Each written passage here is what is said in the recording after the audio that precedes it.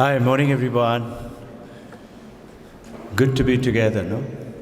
It's a beautiful family. I want to take you across to something very important, very small. And this is how to help each one of us, our family members. And our family members is not only the blood relation, but the family members, making the children and colleagues over here. So I want your attention for leading into a 1-minute mindfulness meditation. How to practice it? You practice it yourself. I would request heads and the coordinators to pay attention to it so that if there are any doubts, you could clear it. It's very simple, but extremely powerful.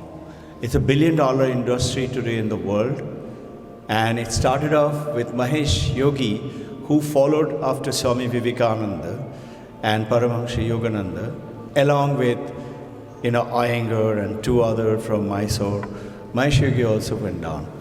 And he was teaching this mindfulness, they call it transcendental meditation.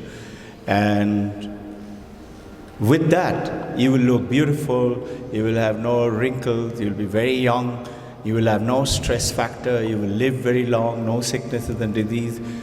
And after all this, they were practicing. When Mahesh Yogi came down to India, his other brother devotees who were practicing with him, they asked him, why are you telling all this?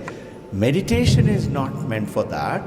It is not to give them live longer and look beautiful and handsome and have more money. And the Mahesh Yogi said something very nice, and I loved that. He says, I give them what they want now, so that they would want what I want to give them. What is meditation primarily? The principal cause of the meditation, all these, what he talked about, they're all right. They're all correct. They all will happen. You will get focused, you will get concentrated, you will be able to be more effective, you will find stresses will go away. But principal cause of the meditation is to understand who am I. In other words, self-realization or nirvana. Towards this, I want you to understand simple, and we will practice for just 1 minute. It's a very simple meditation which extremely powerful. Now what happens with our mind, if you look at carefully, Vedanta tells the biggest problem in our life is our mind. Your mind is the one which creates pains and suffering and going here and going there. Have you noticed a monkey? When it climbs a tree, it is jumping, but it is not going up and up and up. It goes from here to there, there to there, there to there, there to there, all from one tree to another, sideways. They hardly go little up and little down. This is what your mind does. As I'm starting to talk, you might be thinking, oh, what is for breakfast today? Mind goes up. You say, no, come back. How do you do that? I'm going to show it to you. So what happens with this, as you practice this, you teach the mind to do 2 things. One is to create a gap, understand this, a gap between you and the mind. You say, what is me and mind? Me, my body? No, as you know, we have been talking about you are not your body, you're not your mind, you're that supreme consciousness. And that supreme consciousness, we call it the universe. The other day I shared with you, universe is waiting. Tell me what you want. And how do you tell? You tell it by your thoughts, your thinking, your prayers. You think. And notice, unfortunately, what we are doing all the time is we are thinking negative. Worry. And keep on going around that point, and like you squeeze a lemon, it becomes bitter. And now consciousness is waiting. Have you seen our Indian gods and goddesses, their hands are like that? What does it mean? Ask me, I shall grant it to you. Tathastu. What are you asking? I hope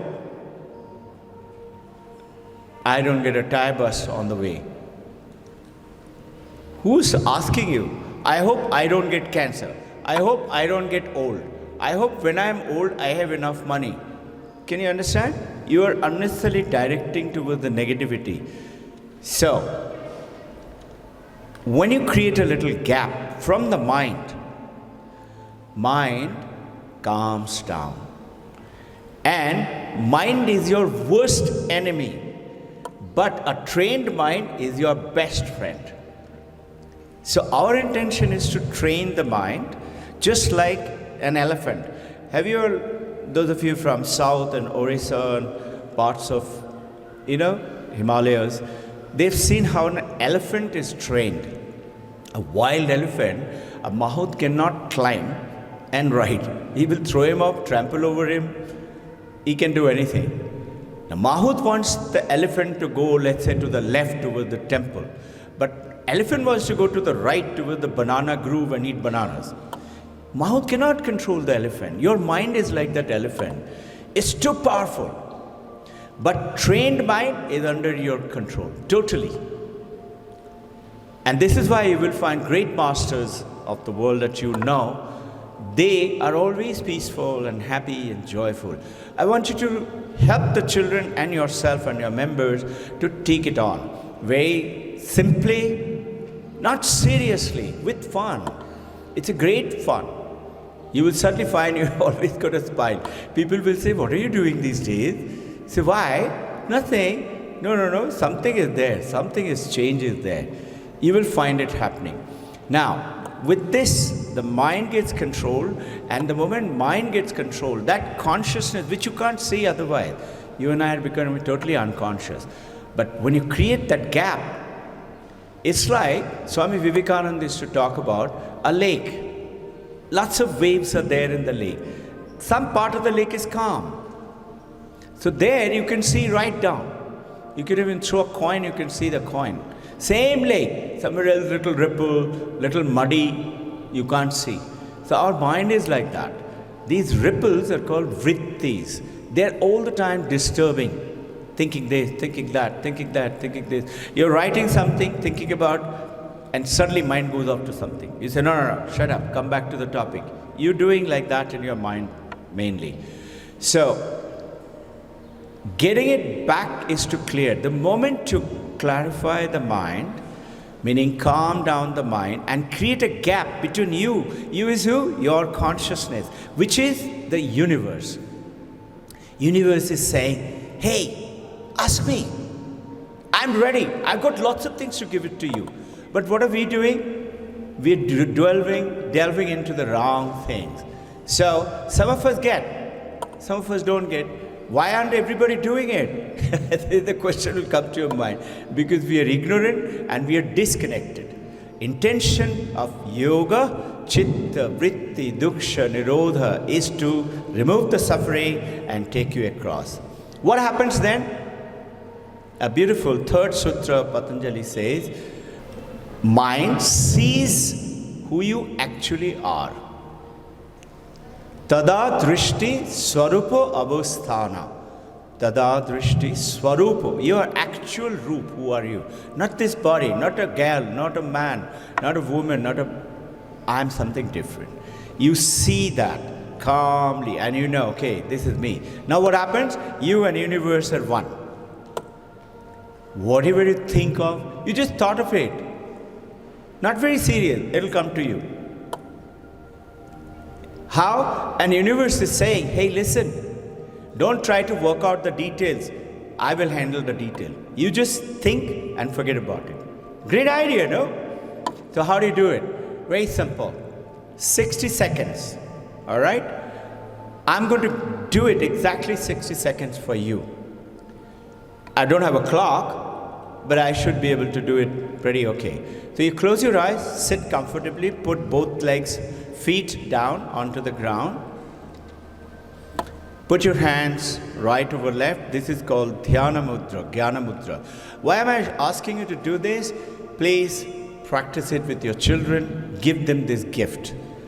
So, first thing is sitting. You should be sitting facing northeast or east. For your classroom, make the children face east. You know, as your classrooms are all facing east, you are facing west. So you are showing it to them. Make their legs on the chair itself or on the floor, depending on what you do, how you practice it. They should cross each other. Hands should be right over left. Okay? Now, eyes closed. Why eyes closed? Otherwise, eyes, if you keep it, you notice eyes are like a monkey. Will go on right there. Going from here to there. Here, eyes are closed. And now, what are you doing? Anchoring the mind. First step. How do you anchor the mind? You're anchoring a boat, anchoring a ship. It will not float. So anchor the mind to your breath. Breath is always there with you. So what do? First 6 seconds. Leading into 15 seconds. Very simple. Okay? Close your eyes, sit comfortably and focus. You can hear my voice. You start to gentle breathing. Breathing in. When I say start now, you start now. Breathe in through the nostril with following the breath. Gently following the breath with your mind. You're anchoring the mind to the breath. Follow the breath gently. Don't have to take a long breath like you see Ramdev ji showing in the TV. Just gentle breath. And then gentle breathe out. Okay? Says you can start now. As you go up, it is, and then down, it is 1. Go up, come down, 2. Continue.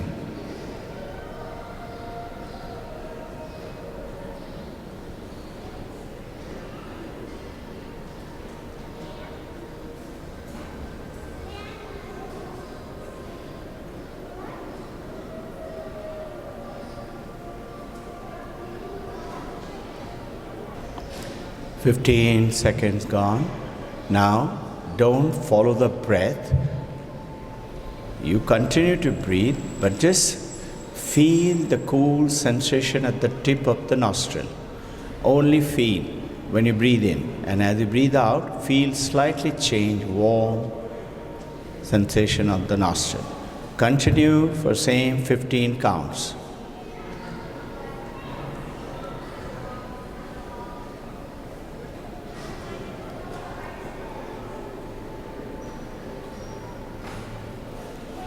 Only the feeling of the coolness, awareness of the warmth as it goes out, awareness of the cold as you come in.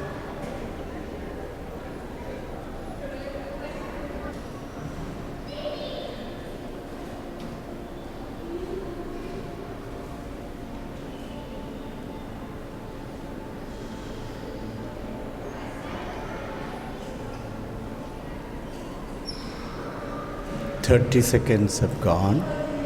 Now, still your mind and imagine I am not this awakened state of my body. I am not the sleep, dream state of my body. I am not in the deep slate of my body and the mind. I am not awakened. I am not deep sleep. I am not dream sleep. I am the light, the consciousness. I am the fourth." Imagine, see yourself glowing with powerful, brilliant, gentle light, million times more powerful than the sun, but gentle. Not like the sun burning, gentle. Feel relaxed. Feel relaxed. Feel joyful. Mind will come with thoughts. Let it come. Let it be. Let it go. Continue.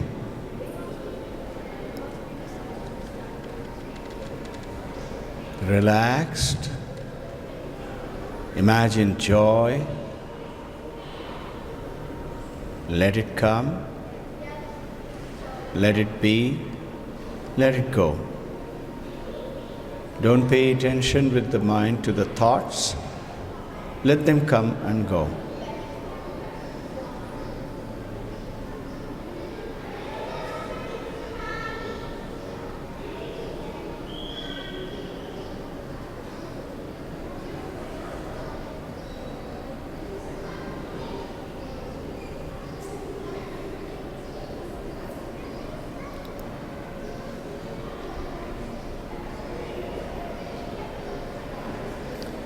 Feel the glow all around you. Plant a seed of what you want from this universe, which is the consciousness, which is you. Believe in it, have faith in it. 6 seconds to go. Relax, calm, joy, gentle smile in the face. Let the thoughts come, let it be, let it go. Now focus on the light. Anchor it on the light. Ask what you want. Don't open your eyes straight away. When you wish to open, slowly open by looking at your lap or your palm. Okay, you can open your eyes. How does it feel? Practice it, standardize it. It's extremely powerful. You'll be surprised how your wishes will keep coming.